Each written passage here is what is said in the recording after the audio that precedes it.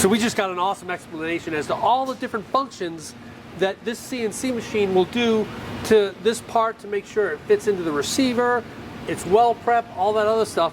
And then, so Cindy just looked at this and said, so basically after all that, it turns this into that. Yeah. And yeah, that's what it does. It turns that into that.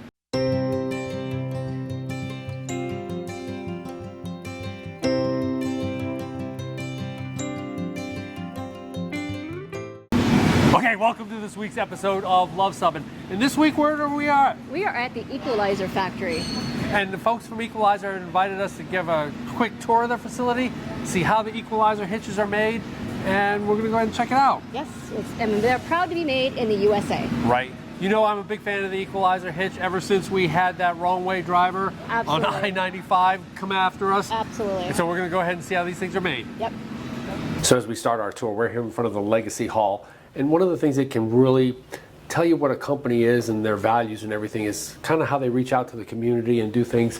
You know, this is really cool. They say they use their engineers to go down to Africa and help design wells and stuff so that people in Africa could have clean water.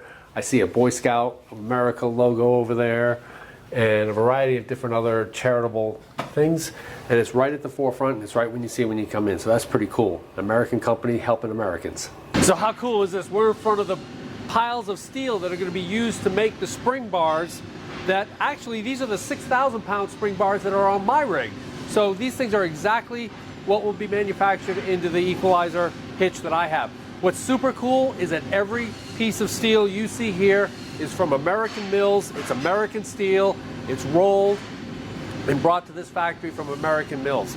They test them for hardness, they test them for tensile strength, dimensions, and then it's off to the manufacturing process.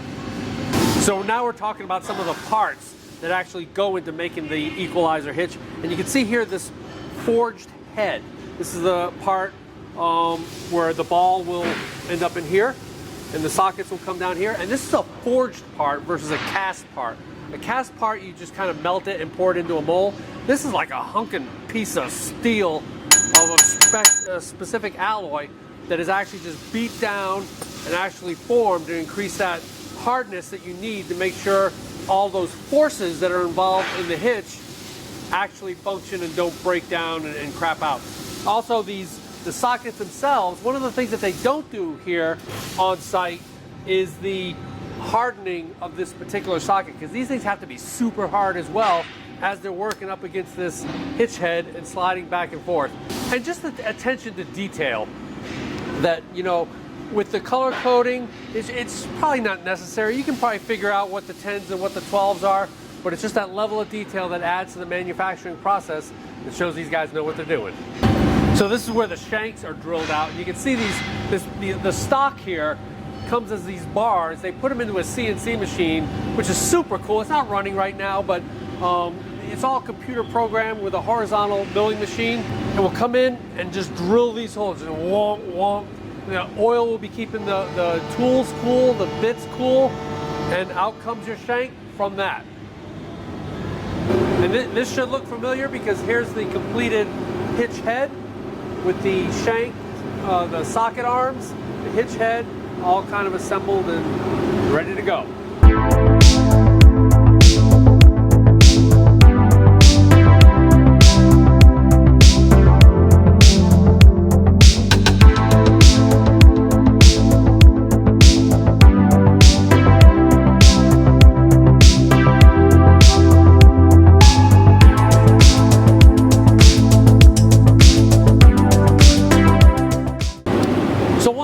Item that I haven't been doing, that I've been considering, that I asked about, is the torquing of the bolts underneath and increasing the friction that these sockets would encounter.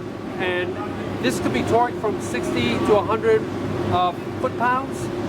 And so if you're seeing any type of variation or something like that, you could actually torque it to 100, which might make it increase your sway control. But nevertheless, this is something I'm going to check next time I go to do my preventive or my scheduled maintenance. I'm going to check the torque on those bolts to make sure that they're at 60. It also comes into play when you have variation between each of your bars. Maybe you want to check that as well. Right, because sometimes I think some of mine are one's easier than the other. So I want to make sure they're consistent. torquing them to the right spec is how you do that.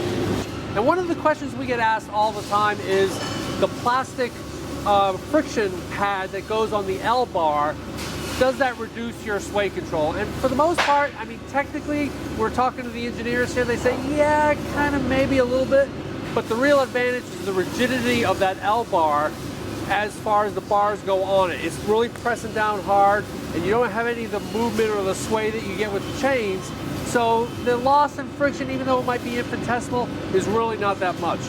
The important thing with the Equal-i-zer hitch, though, is to go ahead and make sure it's properly lubricated.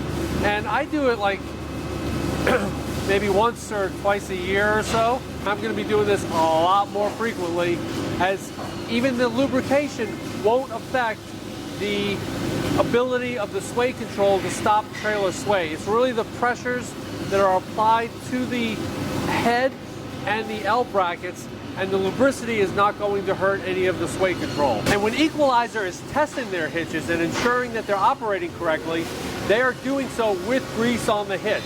And so what grease do you use? Well, I check to make sure with the engineering, yep, the red high temperature bearing grease is a great grease to use, and you don't want to put any grease on the back of the arms. Don't grease the arms to try and get a more quiet ride.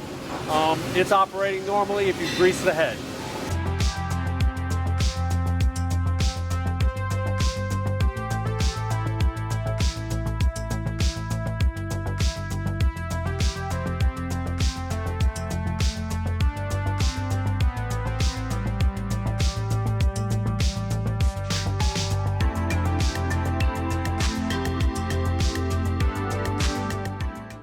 So in this rack are some of the die sets that will go into the press to manufacture some of the different parts.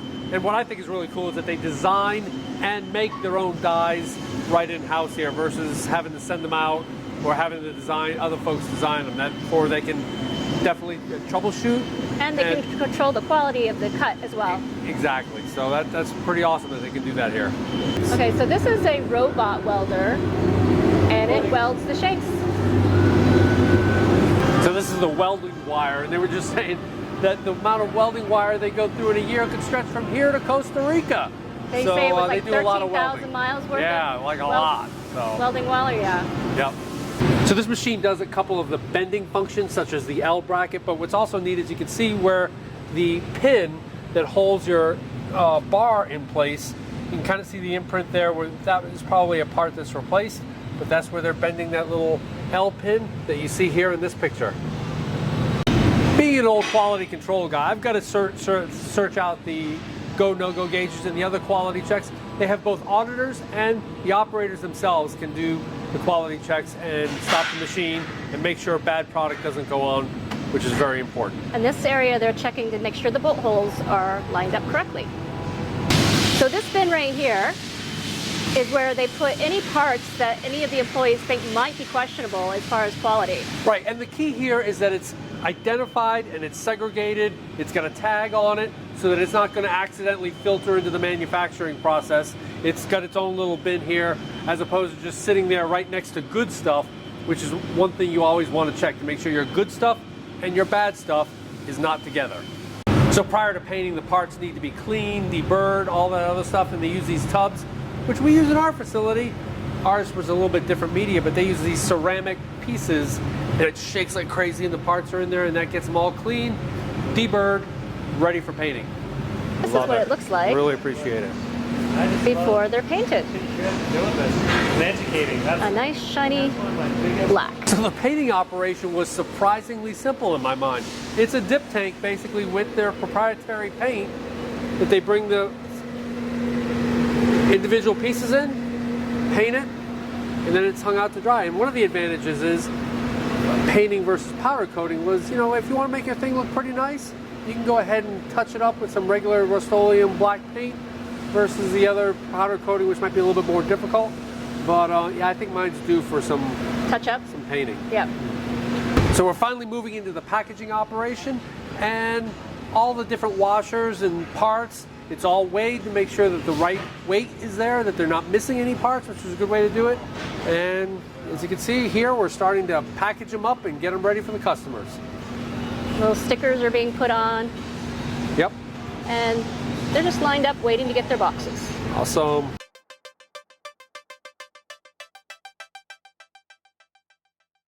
So here's their shipping department. So all of these products were going out and they can be emptied out pretty quick. Yeah, we have these orange vests on because the fork truck drivers know because we don't know what we're doing. So we're dangerous. So yep. We're dangerous. But yeah, they were saying during the pandemic, none of this was here. The stuff was being shipped as soon as they could make it with all those RVs that were coming in. And here's one of the fork truck drivers. Let's make sure. Yes, we're safe. Well, there you have it, how an Equal-i-zer hitch is manufactured. We would like to thank Equal-i-zer for inviting us to tour their facility. So if you like this video, give us a big thumbs up. And if you think we've earned a subscription, click to subscribe. And comment below if you've had a fun factory tour and share it with the group. Because we come out with RV and Airstream related videos just like this one every Tuesday. Thanks for watching.